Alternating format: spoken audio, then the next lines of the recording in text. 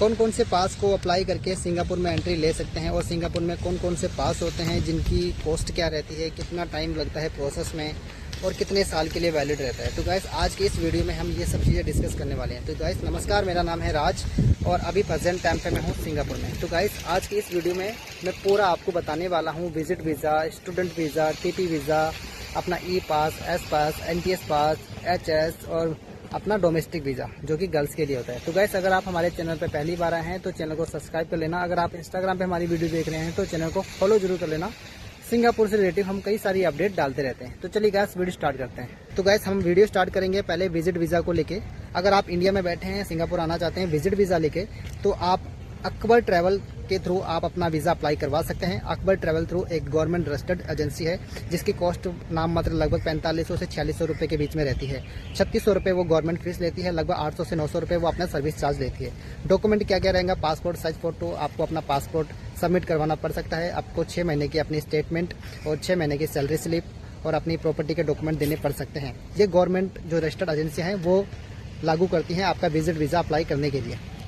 दूसरा ऑप्शन मैं आपको बता दूं, आप मलेशिया आके भी आप अप्लाई करवा सकते हैं जिसकी कॉस्ट लगभग मलेशियन करेंसी में बताऊं तो लगभग 166 रिंगिट, सिंगापुर का डॉलर लगभग 55 से 58 डॉलर के बीच में, इंडियन रुपीस लगभग 42 से 43 रुपये के बीच में आपकी आती है। इसमें क्या क्या डॉक्यूमेंट चाहिए, इसमें जो आपके डॉक्यूमेंट चाहिए, पासपोर्ट आपको स्वयं वहाँ पे प्रेजेंट होना पड़ेगा। पासपोर्ट चाहिए, पासपोर्ट साइज फोटो चाहिए और वहाँ पे जाने का एक रीज़न चाहिए मात्र, और बाकी आपको कुछ भी देने की ज़रूरत नहीं है।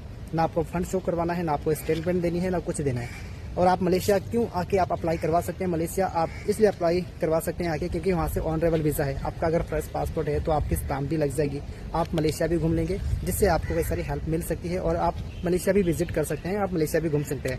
3 से 4 दिन विजिट करने के बाद आप सिंगापुर का विजिट वीज़ा अप्लाई करवा सकते हो, जो कि 2 डेज़ में आपके पास मेल के थ्रू आपके पास आ जाता है और 100% आपका वीज़ा इसमें लगभग आता है। लेकिन वो बोलते हैं वहाँ पे जाके कि आपका वीज़ा आना श्योर नहीं है, ऐसा नहीं है कि आपका 100% वीज़ा आएगा। और ये जो पेमेंट है आपका नॉन रिफंडेबल पेमेंट रहती है।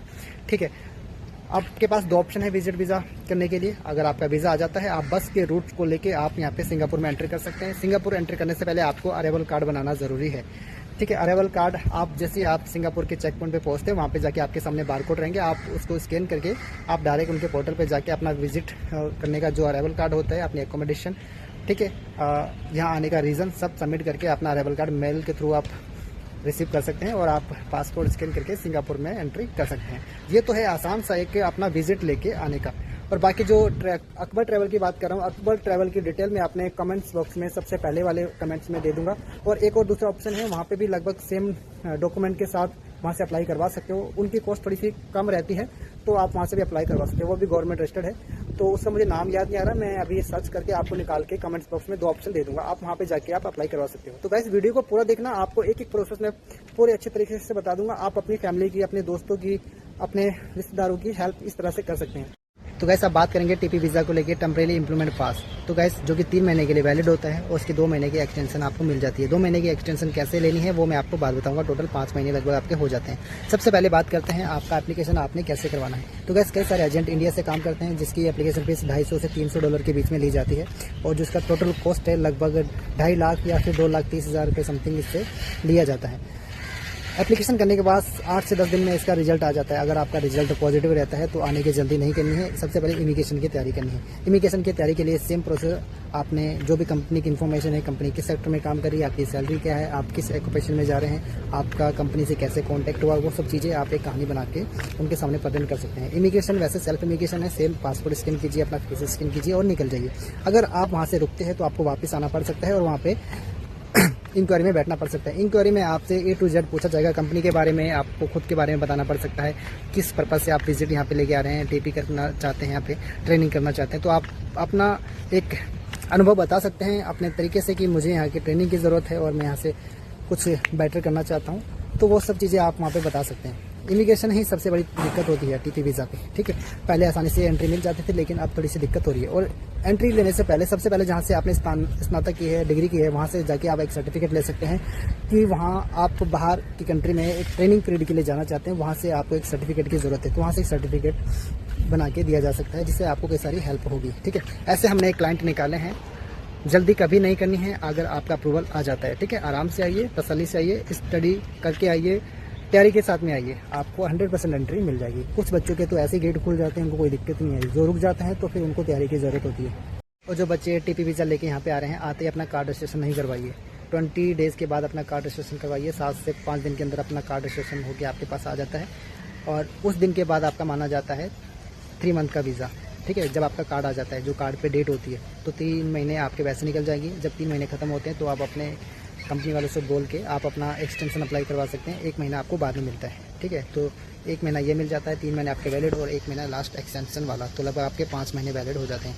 और जिस कंपनी में आप काम कर रहे हैं, जिस कंपनी में आप टीपी वीज़ा लेके आए हैं, वहाँ पे अगर अच्छे से काम करते हैं, अगर वहाँ पे कोटा है, आपका बिहेवियर भी अच्छा है, अच्छा अगर आप वहाँ से बना के निकलते हैं तो आपको वहाँ से पास मिलने के चांसेस है। एस पास, NTS वगैरह आपको वहाँ से पास मिल सकता है, जिसकी सैलरी लगभग 18 से 2000 के बीच में होती है। तो वहाँ पे आप अच्छा सा अपना काम करके अपनी इमेज अच्छी बना के अपना वहाँ से पास लगा सकते हैं। वैसे आप बात करेंगे स्टूडेंट वीज़ा को लेके, तो अगर आप स्टूडेंट वीज़ा पे आना चाहते हैं, आपके पास कौन कौन से डॉक्यूमेंट होने चाहिए। तो सबसे पहली बात, आपके पास जो डॉक्यूमेंट है, पहले passport size photo, white background में, व्हाइट टी-शर्ट या शर्ट नहीं पहनी है व्हाइट बैकग्राउंड के साथ में, क्योंकि उसमें बॉर्डर आपका साफ दिखेगा नहीं। पासपोर्ट आपने आगे पीछे का स्कैन करना है, आधार कार्ड, पैन कार्ड, स्कूल की मार्कशीट जो भी आपने स्टडी की है, अपना कोविड सर्टिफिकेट, बैलेंस सर्टिफिकेट, अपना बर्थ सर्टिफिकेट और मम्मी पापा के आधार कार्ड, पैन कार्ड, ये अपने डॉक्यूमेंट एक ही PDF में बना लेने हैं। और बैलेंस सर्टिफिकेट के बारे में आपको बताऊं तो बैलेंस सर्टिफिकेट में लगभग आपने लाख भर कुछ रुपए रखने हैं। उसमें अपने बैंक में जाके अपना बैलेंस सर्टिफिकेट रिसीव करना है और बैंक से प्रमाणित करवाना और स्टाम्प लगवा के आपने उसमें ऐड करवा के अपने एजेंट को देना है। एप्लीकेशन फ़ीस कितनी लगती है? एप्लीकेशन फ़ीस लगभग आपकी $108 लगती है। कुछ एजेंट 25,000 लेके भी अपना काम स्टार्ट करते हैं। अप्रूवल आ जाने के बाद लगभग जो प्रोसेस का टाइम है, लगभग आपका 25 या 30 डेज़ के बीच में लगता है। और जो ऑफर लेटर में जो टाइम लगता है, लगभग 4 से 5 दिन का आपका टाइम लगता है। कुछ कॉलेज सेम डे में भी आपको ऑफर लेटर प्रोवाइड करते हैं। और 70% अप्रूवल कौन सा कॉलेज देता है जिसमें आपके आने के चांसेस, अप्रूवल आने के चांसेस ज़्यादा हैं, तो आप ननयांग कॉलेज को यूज़ कर सकते हो एडमिशन के लिए, या फिर ऑल स्पाइस हो गया और जेनेटिक कंप्यूटर स्कूल हो गया। तो ये रिजल्ट अच्छे देते हैं। अगर आपको इंस्टॉलमेंट प्रोग्राम में आना है, 2 ऑप्शन है, एक तो फुल पेमेंट के साथ में और एक इंस्टॉलमेंट में। तो आप इंस्टॉलमेंट में आना चाहते हैं तो आप स्प्रिंग कॉलेज को यूज़ कर सकते हैं, या फिर आप बर्मिंघम को भी यूज़ कर सकते हैं, या फिर आप अमेरिकन सेंटर फॉर एजुकेशन को भी अप्लाई करवा सकते हैं। वहाँ पे उनके जो अप्रूवल के चांस है 50-50 रहते हैं। आप 100% ऐसे उम्मीद लगा के नहीं बैठ सकते कि आपका अप्रूवल आ जाएगा और आप तैयारी कर लेंगे। हो सकता है अप्रूवल आ जाए तो आपका कंफर्म हो जाएगा। ट्रैवल करने से पहले आपने IPA को अच्छे से देख लीजिएगा। IPA में आपका क्या कुछ मेंशन है, क्या कोर्स है, कब स्टार्ट हो रहा है, कितने महीने की स्टडी है, कब OJT है, वो सब चीज़ें। तो OJT आपकी 6 मंथ की होती है, स्टडी भी 6 मंथ की होती है। OJT में जो आपकी सैलरी लगती है लगभग 1500 से लेकर 1800 के बीच में लगती है। और स्टडी वीज़ा पे यहाँ पे काम करना अलाउ नहीं होता है, जैसे आपको पता होगा। बच्चे फिर भी पार्ट टाइम जॉब वगैरह करते हैं।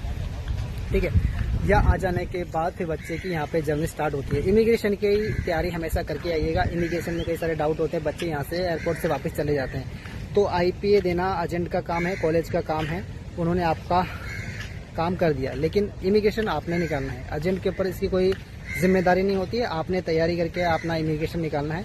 अच्छे से डिटेल देख लीजिए, आपका क्या कोर्स है, क्या कुछ आपकी इन्फॉर्मेशन है, आप पहले से ही प्रोवाइड आपके एजेंट करवा देते हैं। आपको अच्छे से देख के आप इमिग्रेशन क्लियर कीजिए। ठीक है, और आपको फिर भी अगर बेसिक इन्फॉर्मेशन चाहिए कॉलेज के बारे में, कौन सा कॉलेज अच्छा है, तो मैंने आपको वैसे लगभग बता दिया है। आप मेरा नंबर नीचे दिया है, आप कॉल करके अपनी प्रोसेस एप्लीकेशन वगैरह करवाना चाहते हैं तो आप करवा सकते हैं। ये सब चीज़ें देखो मैं आपको बता रहा हूँ सिर्फ एक इन्फॉर्मेशन के लिए। 100% कुछ भी चीज़ें नहीं होती हैं कि आपने अगर मेरे थ्रू करवा लिया, किसी एजेंट के थ्रू करवा लिया, या फिर डायरेक्ट किसी कॉलेज से करवा लिया, कोई आपकी लिंक है तो अप्रूवल आ जाए, तो कुछ ऐसा कह नहीं सकते। ठीक है, ये ICA डिसाइड करेगी कि आपका अप्रूवल आएगा या नहीं आएगा। ठीक है, अब हमेशा 2 ऑप्शन रखिएगा जब भी आप आवेदन कर रहे हैं कॉलेज के लिए। अगर आपका सिंगापुर से रिजेक्ट फाइल होती है तो आप कहाँ के लिए मूव करेंगे, पहले से ही आप 2 तैयारी करके रखिए कि आपका अगर अप्रूवल आ जाता तो बहुत अच्छी बात है, अगर नहीं आ रहा है तो फिर आप दूसरा अपना ऑप्शन रखिए। ठीक है, ये रहा अपना स्टडी वीज़ा का। तो गैस अब हम बात करेंगे ई पास को लेके। ई पास का मतलब एम्प्लॉयमेंट पास। ये सिंगापुर का सबसे बड़ा पास माना जाता है, जिसकी सैलरी हाई प्रोफाइल सैलरी रहती है 12 से लेके $18,000 के बीच में।